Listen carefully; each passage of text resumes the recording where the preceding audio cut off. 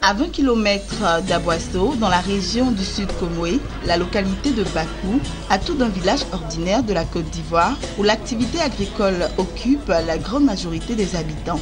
Sauf qu'ici, il n'existe pas d'école primaire obligatoire. Les tout-petits parcourent plusieurs kilomètres pour se rendre à l'école, à Eboué ou à Djouan, tous deux situés à plus de 4 km. Ce n'est plus qu'un vieux souvenir.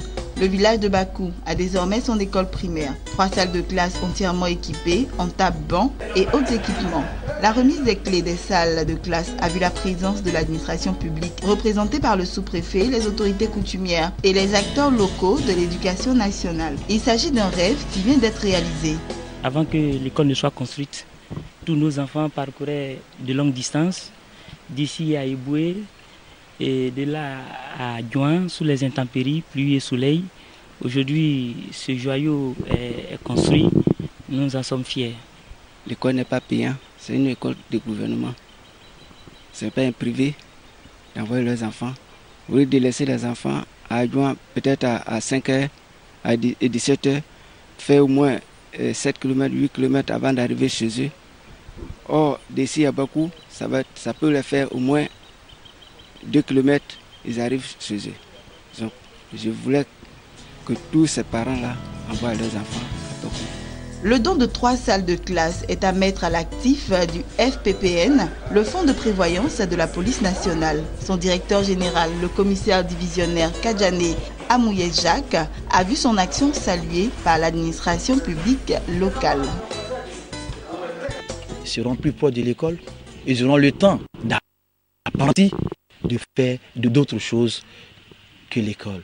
C'est plus intéressant pour eux aujourd'hui d'être là, proche de l'école pour pouvoir mieux apprendre. C'est la volonté du gouvernement, à la fois de rapprocher l'administration des administrés et aussi de rapprocher l'école des tout-petits. Voilà le sens.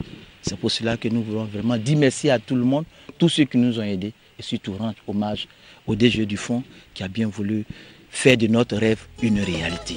Le donateur ne compte pas s'arrêter en si bon chemin. Au titre des projets, la construction de 3 autres salles de classe ainsi qu'un centre de santé ont été annoncés par le premier responsable du FPPN. Nous avons déjà offert deux logements au maître. Nous allons construire encore, nous allons continuer. Le plan de développement de cette école, c'est à faire en sorte qu'on ait les 3 autres classes. Et nous allons le faire. Et j'appelle tous les cadres de la région. Nous promettons de construire un centre de santé, un petit dispensaire pour Bakou. Nous allons faire un petit dispensaire pour Bakou.